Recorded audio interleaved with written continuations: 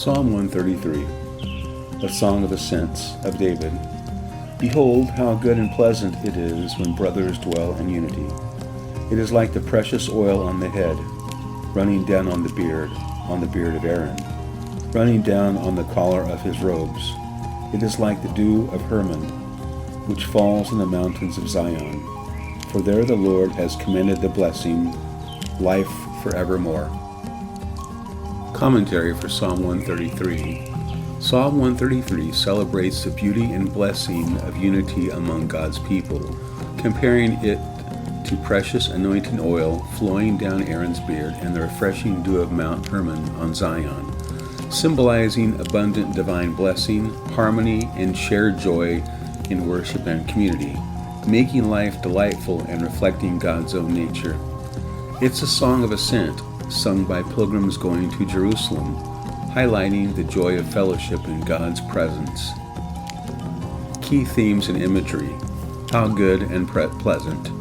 The psalm emphasizes that unity is both excellent and delightful, a rare blessing that pleases God. Aaron's oil, verse 2.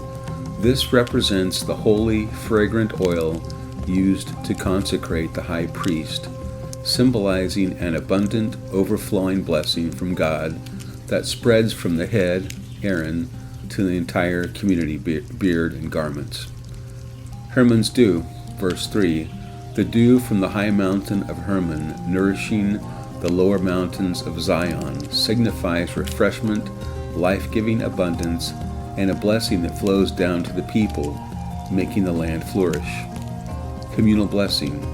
The unity depicted isn't just social but spiritual, reflecting the Trinitarian God and fostering happiness as believers come together in harmony, pleasing the Lord. Meaning for believers, a sacred duty.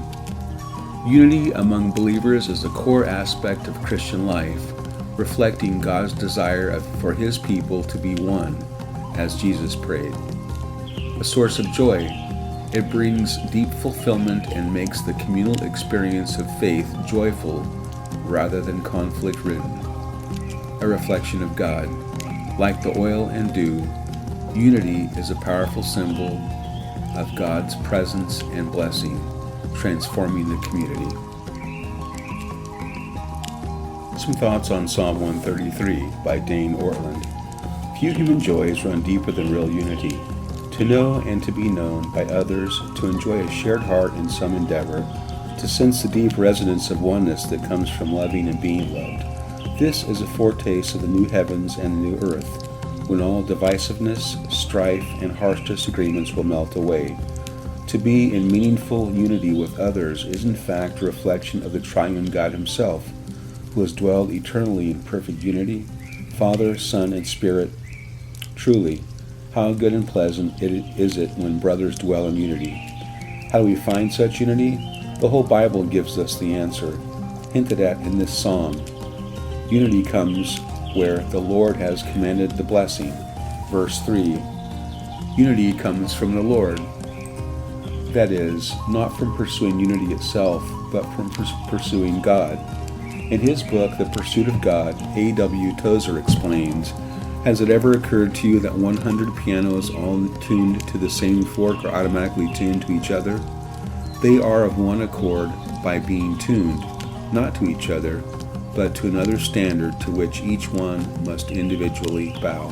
So 100 worshipers met together, each one looking away to Christ, are in heart nearer to each other than they could possibly be were they to become unity conscious and turn their eyes away from God to strive for closer fellowship.